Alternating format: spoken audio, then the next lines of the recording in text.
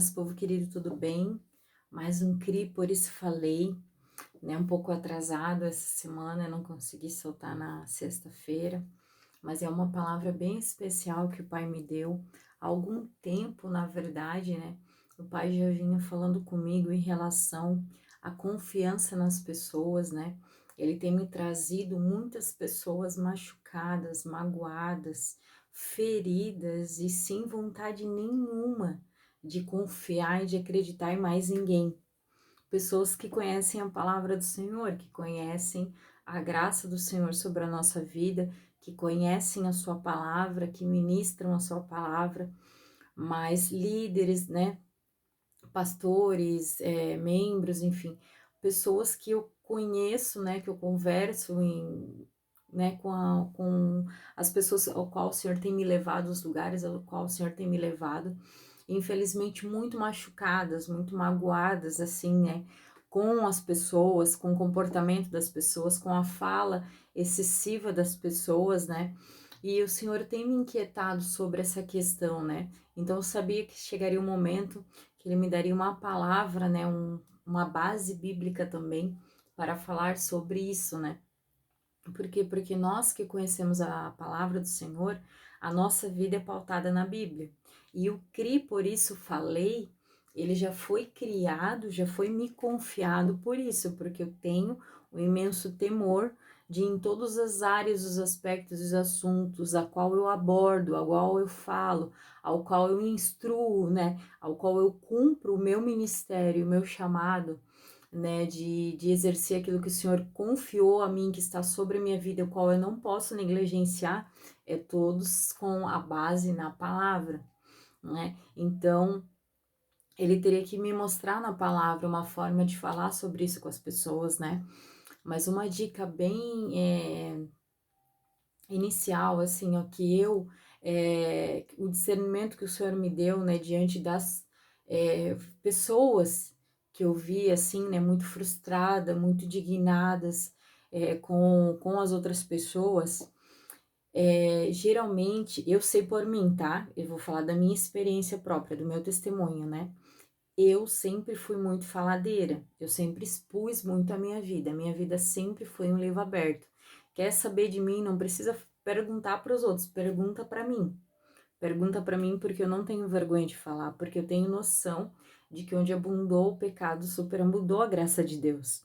E que tudo aquilo que eu vivi, que eu fiz no passado, foi justamente são motivos hoje de restauração, são motivos hoje da glória do Senhor e do poder dele sobre a minha vida, o qual ele pode fazer sobre qualquer outra vida se ele fez a minha. Então, quer saber de mim, quer falar mal de mim, pode me chamar, porque eu sei coisas que você vai gostar. Então, por eu ser sempre muito faladeira, né, falar muito, expor muito a minha vida, o meu próprio pai, pastor, né, o Casas, quando eu falo pai, eu tô falando a questão ministerial, eu vou ser bem específica quando eu falar do meu pai natural, né, até porque eu preservo a vida dele, né, mas quando eu falo pai aqui, como a gente tá falando da palavra de ministério, eu tô falando do pastor sobre a minha vida, do meu pai espiritual, daquele que tá sempre aberto e aí atento para aquilo que eu preciso, o qual intercede e ora por nós, né, tanto por mim quanto meu esposo, que exerce essa paternidade sobre a nossa vida. Então é o pastor Casas, o pai Casas, né, o apóstolo Casas. Então, meu pai um dia chegou num retiro de líderes, né, e falou comigo sobre isso: filha, cuida com o que você fala sobre a tua vida, porque tem pessoas que chegam próximas de você dizendo que querem saber para te ajudar, para te auxiliar, e na verdade são para espalhar coisas sobre a tua vida. E ele mesmo chegou a me defender de situações que falaram como se eu tivesse feito ou falado, e ele disse: não, eu conheço a minha filha não é assim. Porque quando tu emparte teu coração com alguém, a pessoa sabe quem você é e ela te defende. Isso são pessoas com princípios, isso são pessoas que querem te ver como você é, decidem te ver como Deus te vê, e não com a máscara ou com os olhos distorcidos de outras pessoas que nem te conhecem, que acontece muito isso também. Então, o meu pai me defendeu sobre coisas que falaram que eu jamais falaria, né, como se fosse eu. Então, é assim, pessoas assim, que a gente precisa ter por perto, que a gente precisa abrir o nosso coração, pessoas de confiança, né? Então, a partir dali, eu comecei a ficar mais sensível, mas de vez em quando ainda dava lá uma deslizada e falava demais, principalmente agora que eu sou casada. O meu esposo é totalmente reservado, ele não gosta de expor nada sobre a nossa vida, mas eu entendo a importância do testemunho para edificar algumas pessoas, então tem coisas que eu exponho apenas com esse intuito, mas às vezes eu ainda, né, como é um processo, a gente vai melhorando, às vezes eu ainda me passo. Mas eu estou nesse processo, é algo que eu vivo. Só que se eu já sou assim, se eu sou uma pessoa que falo demais, que exponho demais a minha vida, não a das pessoas que se abrem comigo, porque isso é uma coisa do passado, né? A fofoca, a falação das pessoas é algo que realmente ficou. A partir do momento que tu entende o encargo sobre a tua vida, do ministério que você carrega, que o homem reconhece, mas não é ele que te dá. Os 5 ministérios, você precisa saber quais são os teus 5 ministérios para começar a exercê-los o quanto antes. Por quê? Porque é um processo de preparação. O homem só vai reconhecer aquilo que você já faz. Como eu já conheço meu ministério há muitos anos, eu já exerço meu ministério há muitos anos, como eu falo, eu sempre fui já pastora desde banco, porque eu sempre sentava para conversar com todo mundo, parava para escutar, ia na casa das pessoas, ia com a minha vizinha até em outras cidades, conversar até com outros pastores, porque não aonde eu vou não são só membros que vêm falar comigo, mas são outros pastores e autoridades também que sempre vêm abrir a vida para mim, conversar comigo sem eu falar nada, porque eu não saio arrotando título aonde eu vou, eu não falo sobre título nenhum, né? Então eu sou bem na minha, mas as pessoas veem, porque o que está sobre você, o que o Senhor fez, onde o Senhor te leva, ele sopra, ele faz, e naturalmente as pessoas reconhecem o que o Senhor já colocou na sua vida. Então, quando expor coisas que as pessoas falam para mim não, mas como eu passei essa situação especificamente nas coisas sobre a minha própria vida, né? Então, quando tem uma pessoa que se expõe demais, quando tem uma pessoa que fala demais, não dá para esperar que à sua volta você conviva com pessoas discretas, com pessoas que não falam demais da vida dos outros ou da sua própria. Por quê? Porque você fala demais também. E geralmente, né, o mesmo espírito é que se conecta. Então, às vezes, a gente está julgando outras pessoas que falam demais, que se expõem demais, que não dá para caminhar com fulano, não dá para caminhar com Beltrano, não dá para fazer tal coisa com ciclano, mas se a gente está convivendo e vendo essas pessoas, provavelmente porque a gente faz o mesmo que elas, né? Senão elas não estariam tão próximas de nós. Então, isso é uma dica, algo precioso que o Senhor me mostrou, né? Quando eu ouvi o desabafo de algumas pessoas que estão passando por isso, que estão já desacreditadas das próprias irmãos da igreja, muitas vezes. Mas a gente é chamado a se autoanalisar. Você tem que ver se às vezes você não está atraindo esse tipo de pessoa fofoqueira, que você não consegue confiar, que fala demais, que julga demais, que reclama demais, que murmura demais, porque às vezes você também está nesse estado de espírito. Às vezes você também não está legal, às vezes você também está vivendo uma raiz de amargura e você tem atraído essas pessoas no mesmo estado para você, porque o Senhor sempre vai nos conectar a pessoas que estejam passando situações próximas até para nós auxiliá-las, mas para nós influenciarmos e tirarmos ela desse lugar, né? E não para permanecermos nele ou julgando a pessoa por algo que nós estamos fazendo, porque a própria palavra diz isso, que geralmente a gente julga nas pessoas aquilo que nós fazemos. Então a gente é convidada a se autoanalisar sempre. Se você está muito incomodado com o comportamento, com a atitude de determinada pessoa, aquilo ali tá te tirando a paz, você não aceita, você não consegue, sabe? Você faça como eu, uma coisa que eu faço, quando realmente há algo que me choca muito, assim, ó, que me tira a paz, que é difícil conviver, eu vou para os pés do Senhor e falo, Senhor, será que eu não sou igual? Será que a pessoa não está transparecendo algo que eu faço ainda? Se não há alguma atitude da pessoa ainda no meu coração, eu não estou produzindo isso também, e o Senhor me mostra. Se ainda tem algo para mim ser trabalhado, Ele me mostra. Agora, se realmente a pessoa Se eu já fui curada nessa questão, mas é apenas para mim ajudar a pessoa a sair de um lugar que eu já estive, ele também me mostra. Se é algo que ele está trabalhando na minha vida, por exemplo, paciência, ele vai te dar pessoas lerdas, pessoas com dificuldades, pessoas negativas, pessoas que murmuram, para você trabalhar aquilo em ti, né? Então, se também esse trabalhar, ele também vai confirmar, mas é essencial, é primordial, é necessário que a gente se autoanalise para saber se às vezes a gente não está tão incomodado assim com aquela pessoa, porque nós temos a mesma atitude ou até piores, né? Então, ou já estivemos naquele lugar e por serem pessoas experientes, o Senhor nos aproximou delas para retirarmos ela desse lugar e não terminarmos de enterrar, né? Então, nós somos chamados a fazer a diferença, a ser sal e luz. E a nossa confiança pela palavra de Deus é ter a nossa fé, a nossa confiança renovada nas pessoas. Porque se o Senhor fizesse conosco o que a gente faz com as pessoas, a gente também não estaria mais aqui. O Senhor Jesus não teria dado a vida dele na cruz, porque ele saberia que dando a sua vida na cruz, vindo até aqui em forma de homem, saindo da sua glória, se fazendo de homem, né? Não tendo por usurpação ser igual a Deus, vivendo aqui como nós, servindo até o final toda a multidão que depois gritaria crucifica, passando a morte de cruz, né? Depois de ressuscitar o terceiro dia que ele sentou, explicou, alinhou como seria, para que quando acontecesse eles soubessem o que ia acontecer e o porquê que ia acontecer, para não se desesperarem, não se dispersarem. Ainda assim se dispersaram, ainda assim desacreditaram, e ele com toda a paciência foi trazendo, teve todo esse amor, esse cuidado conosco, né? E fez o que fez e hoje nos restituiu, né? Hoje ele nos reconectou ao Pai.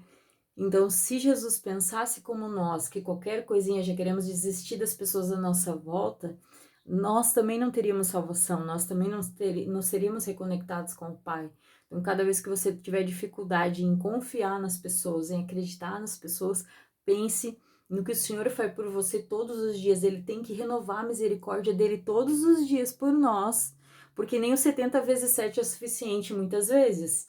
Diante de tudo que ele já fez na sua vida, ainda que você tenha passado situações difíceis, você teme se empreender em detalhes negativos e situações mais difíceis, em vez de estar agradecendo o momento que você vive hoje, a família saudável que você tem hoje, o recurso que você tem hoje, né? A tua família servindo a Cristo que você tem hoje, mas você tá lá preso em males, em perrengues e situações que não sabe que já passou, que não tem como mudar, grudado no vitimismo, querendo ainda manipular as pessoas com aquilo ali.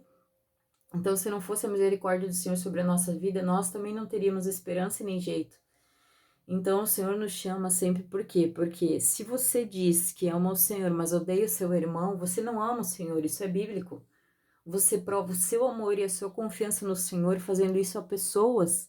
Não se engane, não se engane. Se você veio até aqui para ver esse vídeo, se o Senhor levou esse vídeo até você, eu quero que você tenha uma coisa bem gravada na sua mente. O encargo que ele deixou sobre a minha vida é instruir e instruir as pessoas pela palavra do Senhor, para que elas realmente saiam do engano, sejam transformadas pela palavra e nunca mais voltem a a essa vida mascarada e enganosa, fora da palavra de Deus, essa vida secular e paralela e relativista que tem hoje, que depende da forma que eu vejo, depende que eu interpreto, depende. Não, não depende, a palavra é sim, sim, não, não. E a palavra nos diz que se você diz que ama o Senhor, mas odeia o seu irmão, que você vê a miséria dele, a dor dele, as dificuldades, os transtornos e os traumas que ele tem, você não ama o Senhor, você mente. Porque é fácil dizer que você ama algo que você não vê, que você confia em algo que você não vê, mas você vive ansioso, você vive com medo, você vive à base de remédio, você vive doente. Isso não é confiança.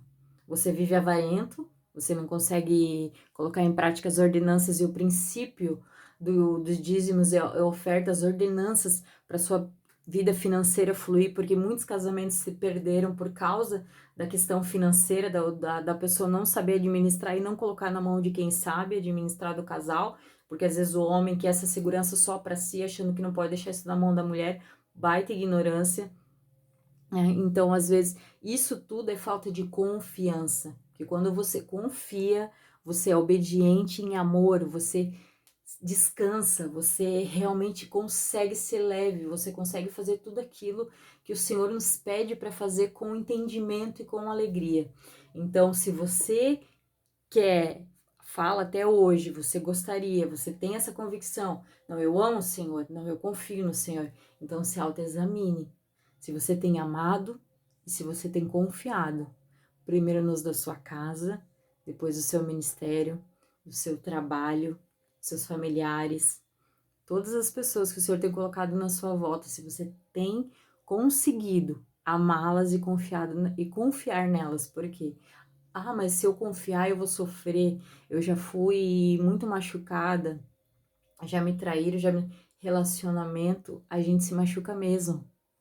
E vai se machucar até o fim. Perfeito só Cristo. Pessoas nos decepcionam, sim, vão continuar decepcionando. Eles não são perfeitos, nós também não. E assim nós vamos nos aperfeiçoando como corpo de Cristo até o fim. Mas não é motivo para deixarmos de amá-los e confiar neles, porque é assim que demonstramos o nosso amor e a nossa confiança no Senhor, amém? E a palavra que o Senhor me deu em relação a passagem ali é 2 Reis 4, do filho da Sunamita, né? E o seu filho, quando ela faz o quartinho ali para Eliseu. E fala assim, do 2 Reis 4, né? Do versículo 8 em diante. Sucedeu também um dia que, indo Eliseu a Sunem, havia ali uma mulher rica, a qual reteve a comer pão. E sucedeu que todas as vezes que passava, ali se dirigia a comer pão. A Sunamita era uma mulher rica, ou seja, a gente sabe que pessoas ricas, elas têm vários quartos em casa, né? Então, a sua casa era grande, ou seja, ela recebia muitas pessoas. E ela não recebia Eliseu na época como um profeta, um grande profeta. Ela recebia ele como recebia qualquer um na sua casa, né? Então, ele ficava ali, comia pão, se hospedava como qualquer outro lugar, né? E ela disse a seu marido: Eis que tenho observado que este que passa sempre por nós é um santo homem de Deus. E no verso 9 a gente vê que diante do testemunho de vida de Eliseu, né, o seu temor na palavra, o seu posicionamento, a sua postura eram diferenciadas. E a partir daí ela começou a reconhecer ele como alguém separado, alguém santo, né, da parte de Deus. E no verso 10 ela diz: Façamos-lhes, pois, um pequeno quarto junto ao muro, e ali ponhamos uma cama, uma mesa e uma cadeira e um candeeiro, e há de ser que, vindo ele a nós, para ali se retirará. Então, Eliseu, como um homem santo, separado, ele pegou a melhor vista, né? Eles fizeram um quarto com excelência para ele e totalmente separado. Aquele quarto passou a ser exclusivamente de Eliseu. Ninguém mais pousava ali, era só de Eliseu mesmo, né? Porque quando a gente realmente é santo, separado, tem um testemunho baseado naquilo que a gente vive, baseado na palavra, a gente sempre vai desfrutar de bênçãos e provisão e surpresas, né? Que os outros não esperam muitas vezes, que a gente não se sente apto muitas vezes, mas o Senhor tem preparado algo especial sempre para os seus, né? Para aqueles que realmente têm uma vida entregue e coerente com a sua palavra. O versículo 11 diz: E sucedeu um dia que veio ali e retirou-se àquele quarto e se deitou ali. Então disse ao seu moço Geazi: Chama essa sunamita. E chamando-a ele, ela se pôs diante dele.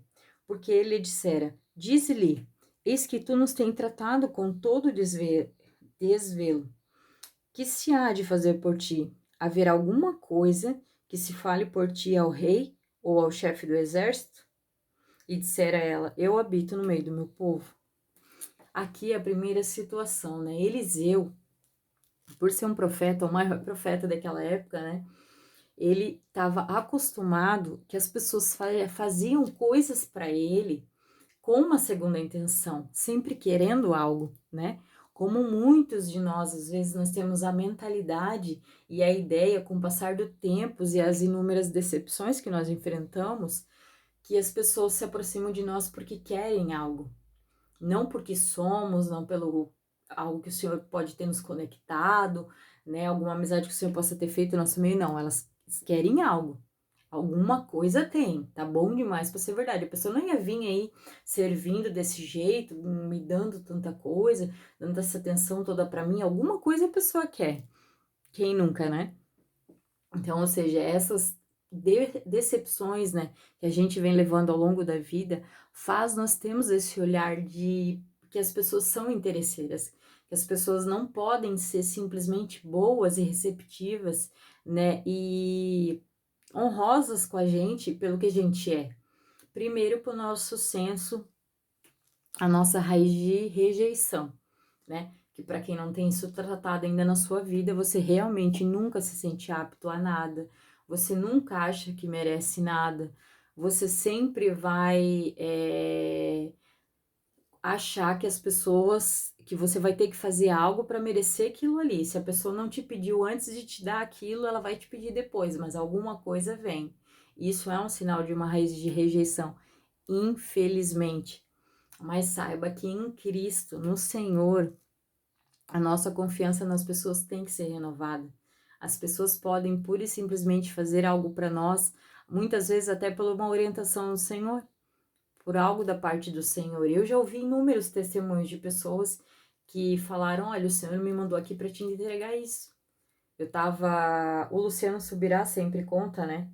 Que ele tava ministrando por aí em outras cidades, ficou hospedado em hotel, e a pessoa simplesmente chegou entregou algo que ele queria muito, acho que era algo até para comer ou para tomar, eu não lembro. E tava lá entregue na recepção para duas pessoas que ele nem sabia quem era. Então, ou seja, o Senhor tem as formas dele de fazer as coisas, né? Nem sempre é porque você não merece ou porque você merece, às vezes é o Senhor que quer que seja feito e ele vai levantar pessoas para fazer, né? Então, a gente tem que parar de pensar sempre que nunca merece, que ou é porque a pessoa tem um interesse, eu vou ter que pagar ela de alguma forma, eu vou ter que fazer algo para merecer isso de alguma forma, porque desse jeito eu não acredito que a pessoa tenha feito sem uma segunda intenção. Se você já pensou assim de alguém, ou ainda pensa isso das pessoas quando elas vão fazer um bem para você, eu te oriento em nome de Jesus a você orar ao Senhor para que essa raiz de rejeição seja curada dentro de você, para que você sinta merecedor daquilo que você vai receber, já tem recebido da parte do Senhor, eu creio, mas que você vai receber muito mais da parte do Senhor, porque Ele tem sempre muito mais para nos dar, Ele tem o melhor dessa terra, Ele é um Pai de amor. Você pode voltar a sonhar, voltar a pedir as coisas, porque Ele tem algo a mais para você, mas você precisa renovar sua confiança nele e nas pessoas, né? Esse é o primeiro alerta que ele nos dá nesse texto. E ela disse ali para ele: eu habito no meio do meu povo, né? Que no caso ela não precisava de nada, ela já tinha sua casa, as pessoas que ela servia, aí para ela até ali estava bom. Então ele disse: o que se há de fazer, pois, por ela? E Geazi disse: ora, ela não tem filho, e seu marido já é velho. Pelo que disse ele: chama-a. E chamando-a ele, ela se pôs à porta. E ele disse: a este tempo determinado, segundo o tempo da vida, abraçarás um filho. E disse ela: não, meu senhor, homem de Deus, não mintas a tua serva. A gente viu no começo desse texto que ela disse ao seu marido, único e exclusivamente, para fazer um quarto só para ele, justamente por reconhecer que ele era um homem santo. Agora, você diria que um homem santo, ao qual você quer dar algo que ele nem pediu, que você quer honrá-lo de uma forma tremenda, você diria em sequência que ele mente? Com certeza não, né? Então, o que é esse segundo ponto que o Senhor nos traz?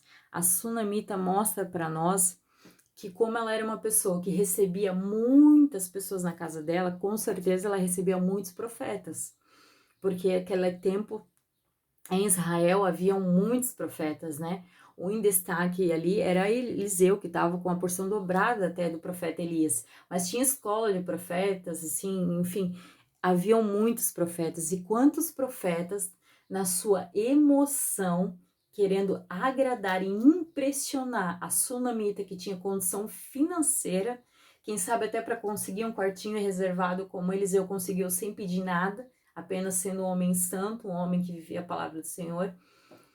Quantos, para impressioná-lo, para falar o que ela quer, para agir na alma e na emoção, não declararam sobre a vida dela que ela teria um filho?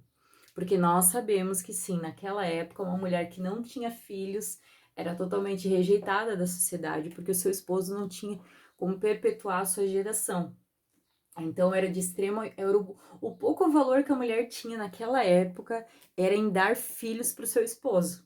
Então, para ela era com certeza uma dor, uma amargura muito grande não poder ter cumprido esse propósito. E aquele tempo ainda, ali como Geazi falou, além dela já não ter, o esposo dela também já era avançado em idade. Então, ou seja, era praticamente impossível aos olhos dela, diante de todas as profetadas que ela já recebeu, naquela ocasião, muito menos, né?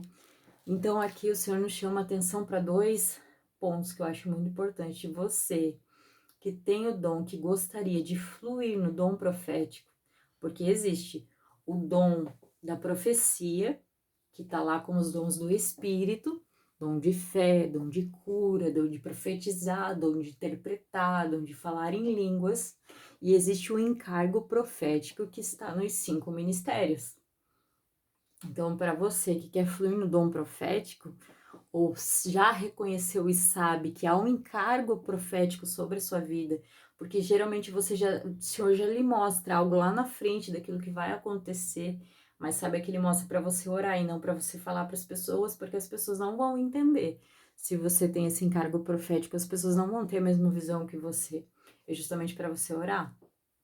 Então, se você tem isso sobre a sua vida, saiba que você tem que ter muito temor quando você abre a boca para falar.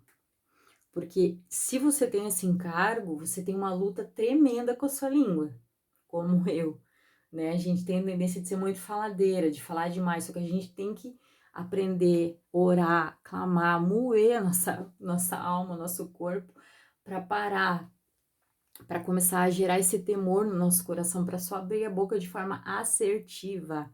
Por quê? Porque há uma responsabilidade muito grande na nossa fala. Então, se você tem perto de você pessoas que você sabe que estão passando por alguma dor, um luto, uma separação, uma pessoa solteira, ou qualquer coisa que você ache, não vá profetizar na emoção. Porque por causa de pessoas como você, o ministério profético tem sofrido uma má fama horrível. Se o Senhor não falou com você para você falar, não fale. O profeta não tem que sair profetizando todo dia, todo culto do sábado. Se você ficar no seu canto, mostrando que você tem discernimento do Espírito e você só fala quando o Senhor manda, com certeza você vai ser usado muito mais do que dessa forma que você tem feito. Qualquer hora, qualquer um, você engata e sai falando um monte de besteira só porque você quer mexer com a emoção da pessoa a partir das dores que ela tem passado. Tenha temor em falar no nome do Senhor, porque será lhe cobrado isso. Você tem entendimento da palavra, você não vive mais na ignorância. Além de estar prejudicando e muito o ministério essencial para o aperfeiçoamento nosso e do corpo e edificação do corpo de Cristo. Então, a Sunamita já estava descontente, ela já não acreditava mais em profecia, porque ela já levou inúmeras profetadas, né? Então, ela sabia que aquilo ali, ela chegou a dizer que o cara que ela considerou santo estava mentindo de tanto que ela ouviu, ou seja, totalmente desacreditada das pessoas também, inclusive as que se dizem profetas do Senhor. Olha só como isso marca as pessoas, como isso machuca as pessoas. As pessoas vêm para a igreja, vêm para o ambiente do corpo de Cristo, sabendo que nós temos os 5 ministérios para fluir, para nos aperfeiçoar e edificar a noiva, e as pessoas não conseguem botar fé na palavra do pastor, do profeta, do mestre, do evangelista, nem do apóstolo, porque já está desacreditado dessas pessoas, dessas profetadas, desses negócios de falar na alma. Então tenha temor em falar o nome do Senhor. Eu mesma, o Senhor sabe como me convencer a falar realmente algo para alguém, sabe? O meu coração quase dispara, eu tenho uma angústia muito grande, algo muito forte que eu sei, se eu não liberar, eu vou passar mal. Se não, eu fico bem quietinha no meu canto. Só porque eu sei que a pessoa tá passando por determinada situação, eu vou lá falar com ela? Não. Eu posso ir lá abraçá-la, né? O meu abraço, se o senhor me inquieta ver uma pessoa que eu sei que tá passando por algo, eu vou lá e dou meu abraço. Agora, meu abraço, sim. Agora, falar em nome do Senhor, jamais. E quantas vezes a gente já viu pessoas fazendo isso, mas eu tenho maturidade de saber que a pessoa tá agindo na alma, principalmente porque eu perdi o meu filho. Então, o que vem de pessoas querendo falar para mim que ele é curador do luto, que não sei o quê, que não sei o quê, o Senhor já me curou. Então, se a pessoa fosse realmente profeta, ela saberia, né? Então, mas enfim, não que ela não seja, às vezes ela tá ainda naquele engatinhando, agindo pela emoção, achando que é pelo muito fazer que ela vai ser muito usada, e não é. Nós somos muito usados pelo temor em falar em nome do Senhor, pela nossa base na palavra de Deus e por realmente ter discernimento no tempo e no modo de falar, mas não é pelo modo de fazer, pelo contrário. Então, aqui a Sunamita, como nós somos chamados hoje a renovar nossas esperanças, a nossa fé nas pessoas, que muitas, ainda que muitas tenham dado profetadas na alma, só quiseram mexer com o nosso sentimento, não foram fiéis àquilo que o Senhor colocou no coração delas, só queriam realmente produzir, né, funcionar e não fluir, mas não as julguem, entende? Elas querem ser usadas. Eu sempre olho e sempre assim, não, Senhor, em nome de Jesus usa, mesmo em nome de Jesus, mas gera discernimento, gera temor no coração delas quando for para falar em nome do Senhor, né? Para que elas alcancem a maturidade para ser realmente usada. Então, que você possa ter a sua fé renovada nessas pessoas, porque há uma necessidade de nos aperfeiçoar e de edificação do corpo. O ministério profético é um ministério essencial para nós, então não se deixe anular totalmente tudo aquilo que venham falar para você em nome do Senhor por causa de pessoas que me agem na alma. Se o que a pessoa veio te falar, algum dia o Senhor já mostrou no teu coração, uma nação, por exemplo, que ele já mostrou no teu coração, ou uma vontade de trabalhar com crianças que ele já te mostrou em sonho, ou em algum momento na palavra, ou em alguma reportagem que você viu e aquilo mexeu contigo, se em algum momento ele já falou contigo sobre determinada situação, e veio alguém e te falou sobre aquilo, sim, é o Senhor confirmando se está alinhado com a palavra de Deus. Agora, algo que o Senhor nunca te falou, ele nunca te mostrou que você iria para a África. E de repente vem a irmãzinha lá e fala: Ah, porque tem gente que acha que só falando em línguas a profecia é válida, e não é. Você pode falar normal como eu tô falando com você. Então ela vem e te diz que eu vejo você na África, seu esposo tá lá, eu vejo vocês trabalhando lá, fazendo trabalho assim. O senhor nunca te mostrou, sabe? E você se diz, não,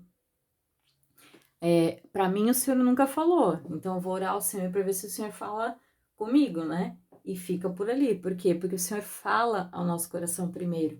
Ele testifica ao nosso coração primeiro, antes de falar para as pessoas, na maioria das vezes, né?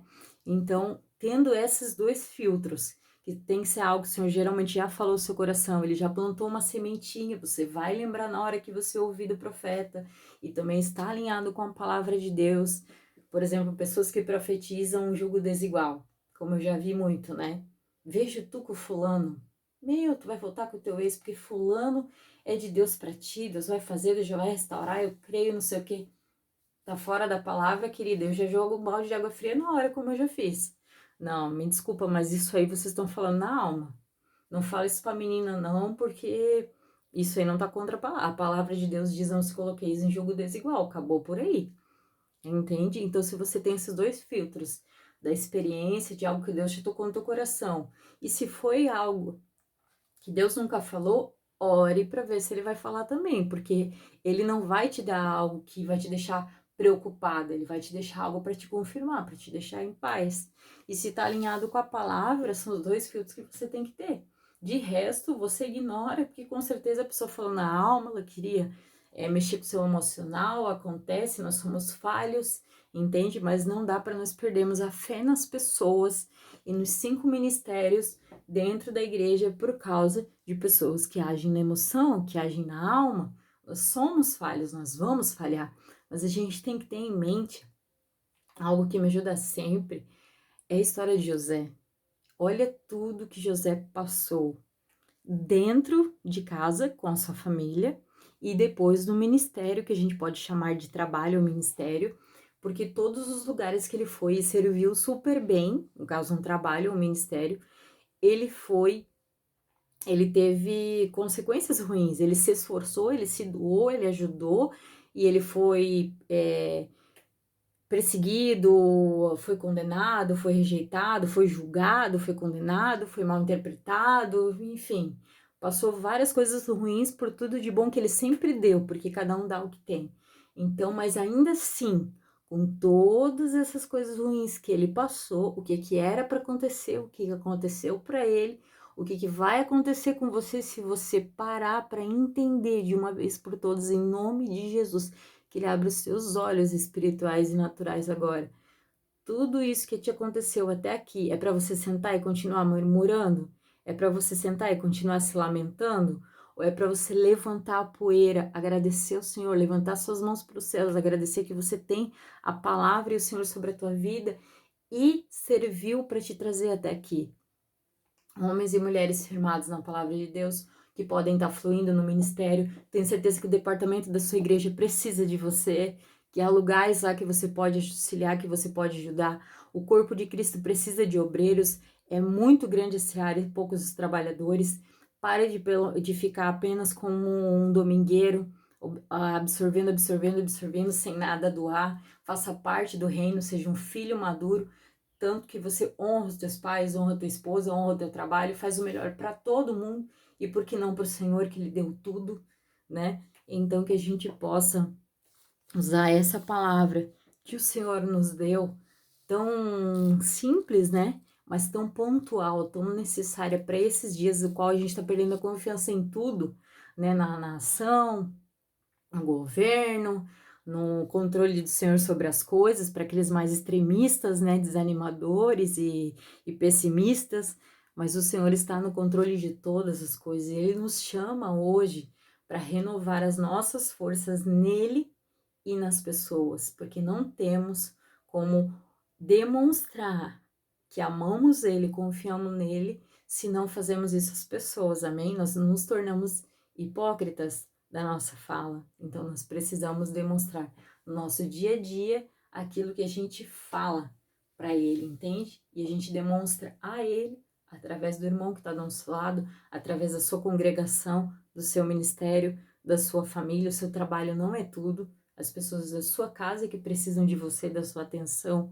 O ministério ao qual você congrega precisa de você também, né? Ele conta com você nos recursos, no auxílio, na ajuda nos ministérios. Então se envolva, seja um filho maduro, renove a sua confiança e vá lá fazer diferença, vá lá ser aquilo que você espera que deem para você. Se você espera que as pessoas sejam pessoas de confiança, sejam pessoas que te tratam bem, sejam pessoas que te encorajam, que te incentivem, vai lá e seja, dentro do seu ministério, da sua família, do seu trabalho, a pessoa que encoraja, a pessoa que confia, a pessoa prestativa, a pessoa que ajuda. Seja você aquilo que você tem esperado até agora para si, dos outros, mas não tem sido. O primeiro passo sempre começa por nós. E se cada um de nós que estamos aqui começarmos a fazer, botar em prática aquilo que nós temos esperado dos outros, com certeza nós vamos viver uma nova realidade. Amém? Tanto que ali, ó, aí no versículo 17 ela fala, né? Concebeu a mulher e deu à luz um filho no tal tempo determinado, segundo o tempo da vida que Eliseu lhe dissera. Então, ou seja, a palavra de Deus e a palavra que nós, como profetas do Senhor, como filhos do Senhor, declaramos ainda hoje, ela ainda se cumpre. Nós ainda temos esse poder de vida e de morte na nossa fala. Por isso a importância de nos firmarmos na palavra, de termos base nela, termos ela convicta, saber manusear a palavra de Deus, para que a gente possa viver esses tempos maus na nossa nação, no nosso trabalho, na nossa família, no nosso ministério, mas nos mantermos firmes e diante de pessoas que estão nervosas, desanimadas, depressivas, decepcionadas, nós possamos ser luz e sal, nós possamos levar elas, encorajar elas a seguir firme num caminho que é inabalável. A palavra de Deus é inabalável. E é isso que eu vou bater sempre nessa tecla, falar sempre dessa forma, até que ele venha. E até que nós sejamos, voltamos a ser firmados nele. Porque estamos num tempo difícil, mas não é impossível voltarmos nossos olhos para eles e vivermos uma confiança inabalável, amém?